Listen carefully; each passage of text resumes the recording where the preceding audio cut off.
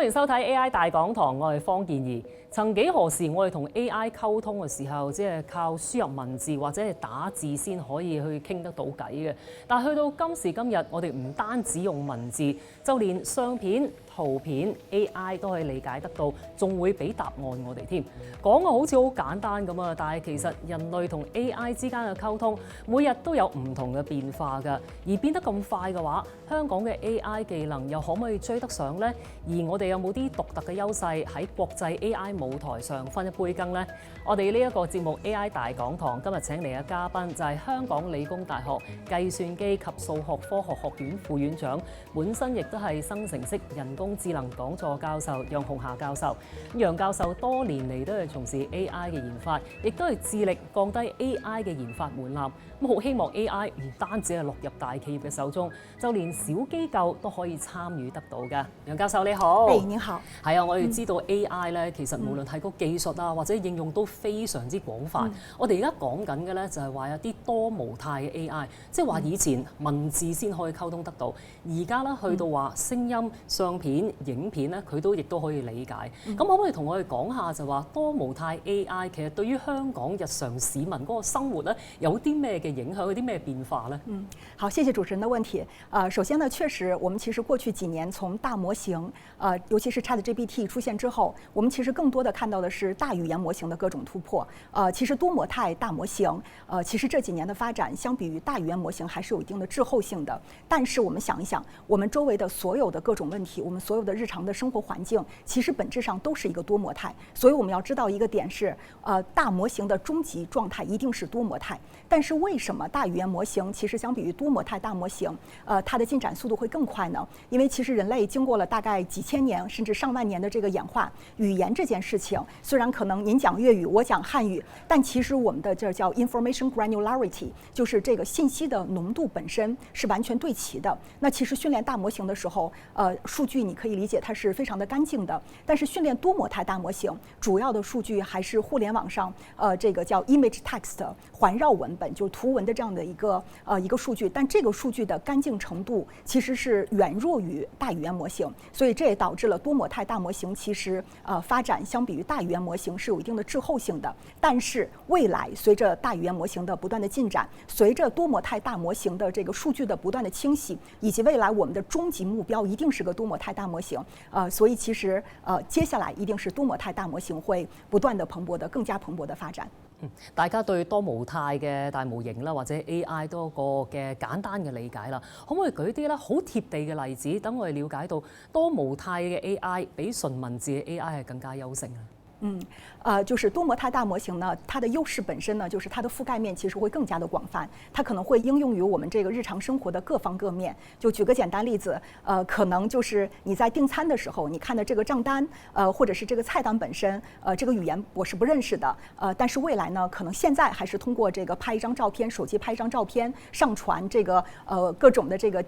chat 這種軟件，對吧？然後給你進行一個自動的翻譯。但是未來我相信會有一個更加好的一個入口。那這個入口本身其實現在所有全球的人都是在探索當中的。大家現在可能認為是這個眼鏡可能是未來的一個入口。那未來就是你戴一個眼鏡，你看到任何東西，它會自動的給你進行翻譯，然後你的眼球就會進行接收。那其實簡單來講，可能你到任何一個地方，雖然我沒有來過這裡，但是馬上會有一個這個地方的一個介紹，各種的這種翻譯，可能還有就是我在聽語言的時候，粵語也許我不是聽得很懂，但是這個眼鏡本身可能會自動的實時的給我進行各種的翻譯。其實頭先楊教授你講嗰個話去點餐，話個菜牌我唔識睇嗰啲嘅外文，其實我經常都會出現呢一個狀況，咁所以我都會影張相俾 AI 之餘，亦都會請佢推介一啲嘅菜式之餘，有時我哋食完嗰餐飯攞張單，亦都影張相俾 AI 唔該你幫我入帳啦，處理嗰啲嘅帳目啊，或者係嗰啲嘅錢銀瓜葛嗰啲。咁好多時我哋啲市民咧都會用到呢一種嘅 AI 嘅狀況，但係有冇啲 tips 俾大家用嘅時候咧，可以更加精準，就唔會有啲出錯呢？大家要注意一個點，就是今天呢，我們這種使用的方式，還是叫一個調用中心化大模型，叫 API service。不管是什麼 OpenAI 的 Cloud 的，對吧？還是這個國內的像 DeepSeek 呀，像這個千問啊，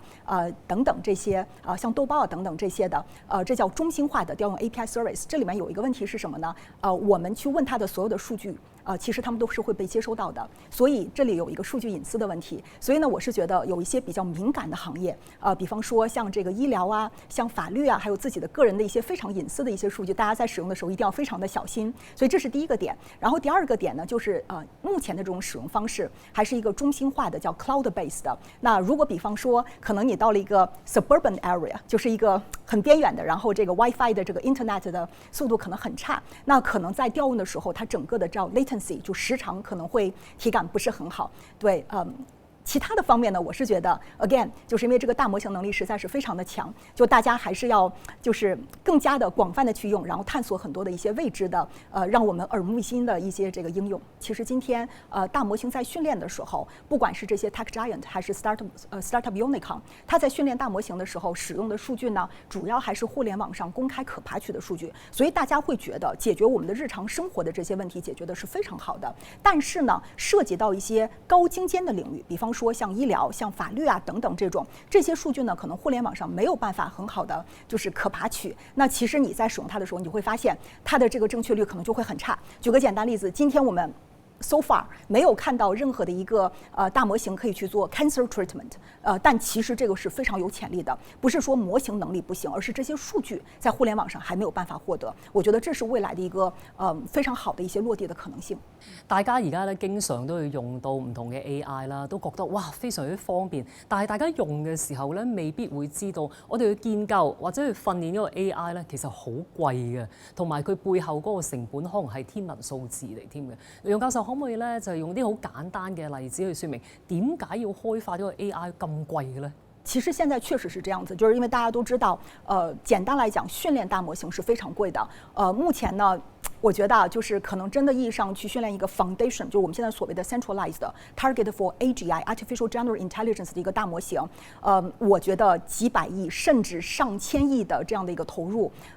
我觉得是一件很正常的事情。这除了这个训练成本之外啊，其实每天今天的调用成本，就是大家你看，其实我们自己可能个人就是 individual user， 大家现在都是这个免费的，但是很多的 business user 它是要花钱的，对吧？但是呢，其实这个叫调用成本，这个调用成本每天的 individual user， 目前的这些大厂还是这些 startup unicorn， 每天都是花费是巨高的，真的有可能是上亿的，或者是几个亿的这样的一个 API service 的 GPU 的调用的 cost， 所以整体的成本是非常非常高的。其实我觉得都不是一个成本的问题。从我的角度来讲，我觉得未来再过一段时间，去训练一个非常大的 AGI foundation model 这件事情，我觉得可能就不太可能。我说的原因是什么呢？因为其实核心的主要原因不是算力的问题，也不是人才，也不是技术本身的问题，我觉得是数据的问题。其实大家在看啊，就是我们在训练大模型的时候，主要还是互联网公开可爬取的数据去训练的大模型。但是大家要知道，包括像谷歌的网页，可能10年前的很多数据你已经找不到了，它已经下线了，被 cache 掉了。但是谷歌这个公司它可能会有，但是在互联网上你其实是找不到了。那这几年，尤其是这2-3年，尤其大家用这个生成式人工智能用的越来越多，其实这里面的很多的数据是被污染了。怎么理解这件事情？就大家是用了大模型去生成的数据，再去产生很多的 content。那大家想一个问题啊，人类在演化繁殖的时候，如果是近亲繁殖的更多，那最后其实生出的都是低能儿，对不对？那未来大模型如果再这么演进下去，如果训练的数据都是这种互相被污染、互相的近亲繁殖，那大模型再去训练一个 foundation model 的这个能力本身，肯定我觉得也是越来越下降的。所以我个人的判断，我觉得 target for AGI 的 foundation 大模型，中国也好，美国也好，可能就是这几家了。那这是目前的一个阶段啊。但是其实举个简单例子，当这个大模型真正的应用在一些高精尖领域，不管是教育也好，还是医疗也好，其实你不需要去使用那么大的一个万亿参数，甚至是几万亿参数。因为最近大家在做过一定的测算啊，就 GPT 5.5最新的一个 version 可能是9万亿参数的一个大模型，这个规模是非常大的。其实你把这个9万亿或者是几万亿一个大参数模型，在本地化进行一个部署，去解决一个本地化的一个 domain specific problem， 这件事情其实也是不现实的。所以呢，这也是我们其实今天在解决的一个问题。第一个问题，本地化的高精尖的数据不在互联网上，现在大模型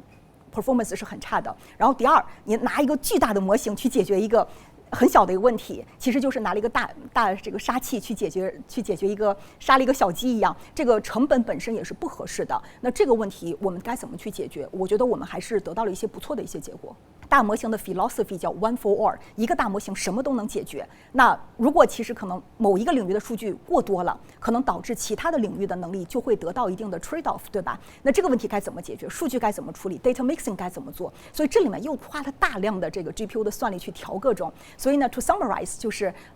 本身这个训練 scaling up 是一件非常 cost expensive 的事情。好啊，我哋休息下先，轉頭翻嚟繼續請教楊教授。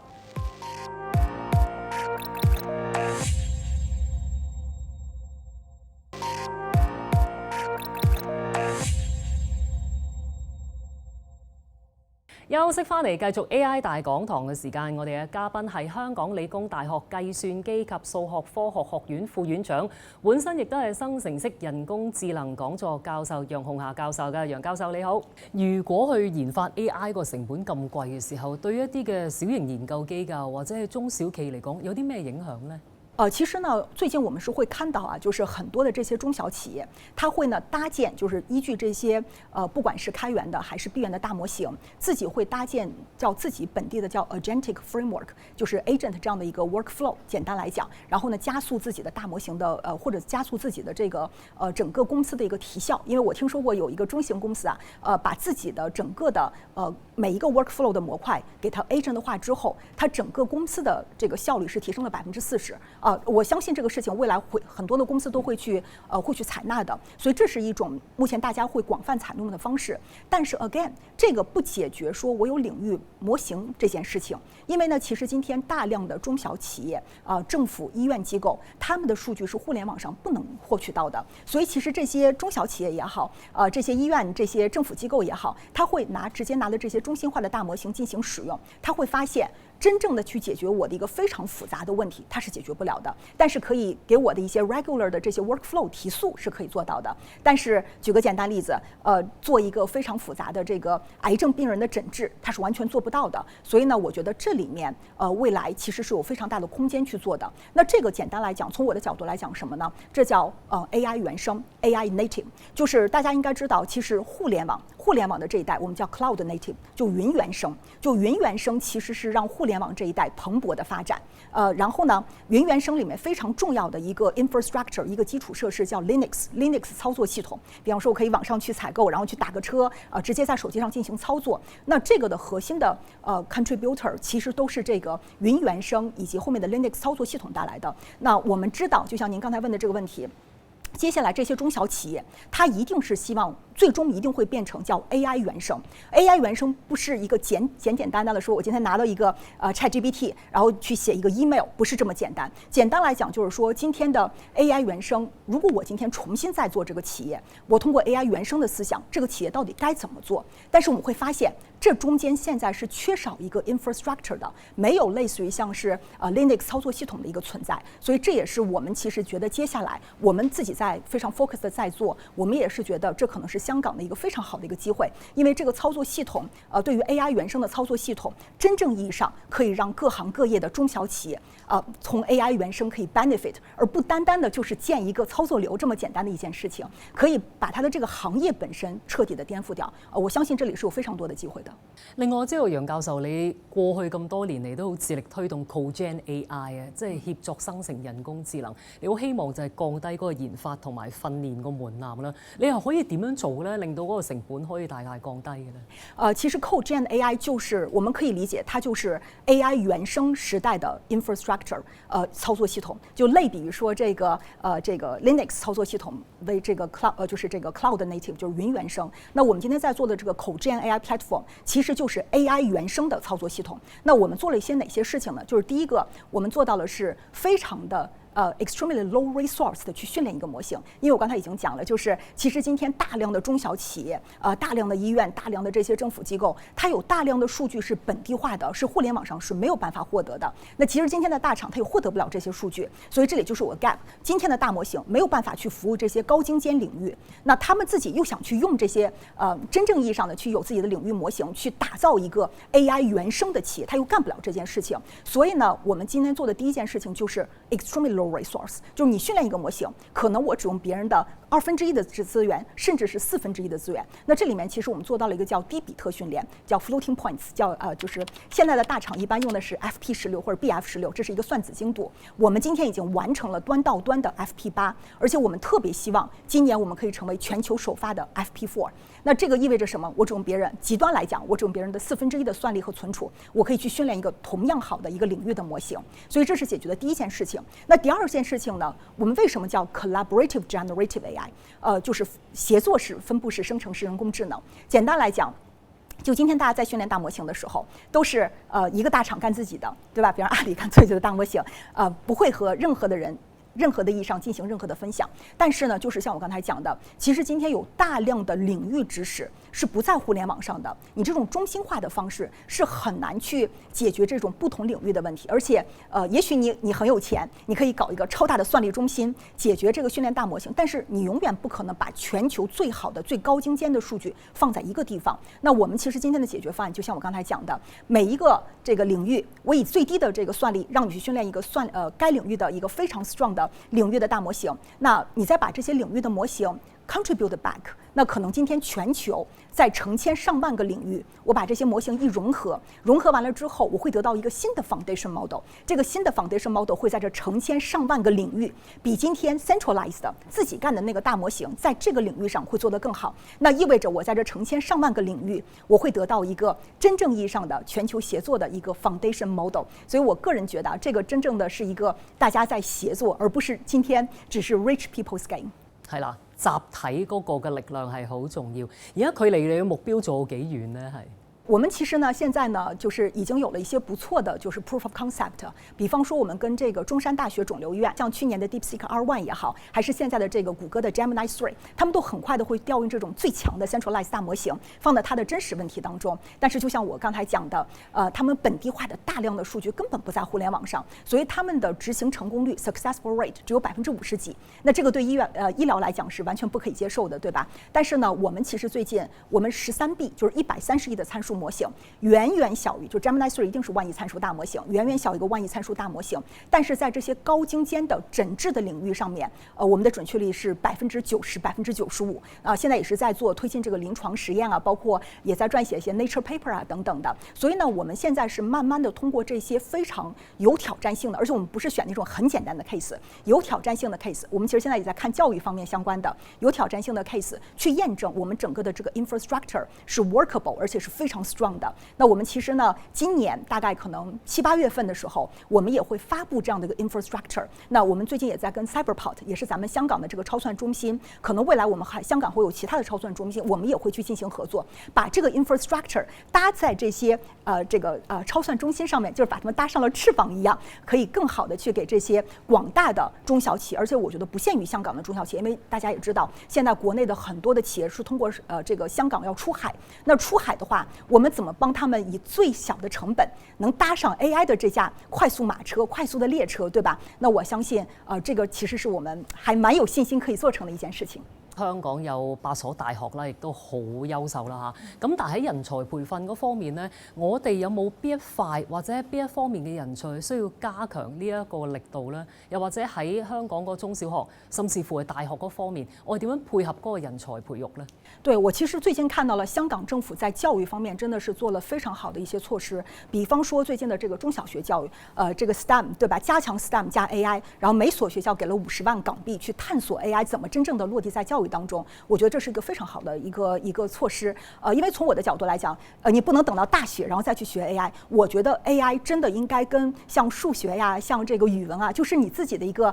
基础的学科，因为你真正的把它融入到自己的这个思想当中，未来可能你有不同的专业的时候，你才自然而然的可以把它应用上去。所以我觉得是非常好的一些这个步骤。然后大学这个角度来讲，比方说像港理工啊，我们其实在可能是20年还是21年，我们学校其实就有一个人工智能的这个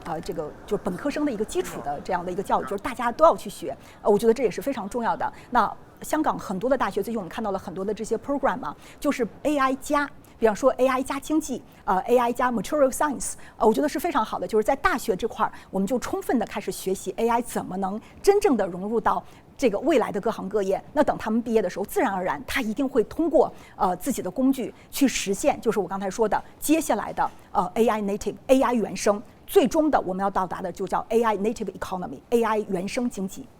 最後請楊教授幫我哋總結一下，俾啲 AI 小錦囊俾大家喺日常生活中，我哋點樣用好 AI 或者學好 AI？我覺得大家一定要放心大膽的去使用 AI，因為實話講，就是這一波的這個 AI，我們覺得我們應該真的是很幸運的。也許這個技術如果實話講，如果沒有 OpenAI 的堅持。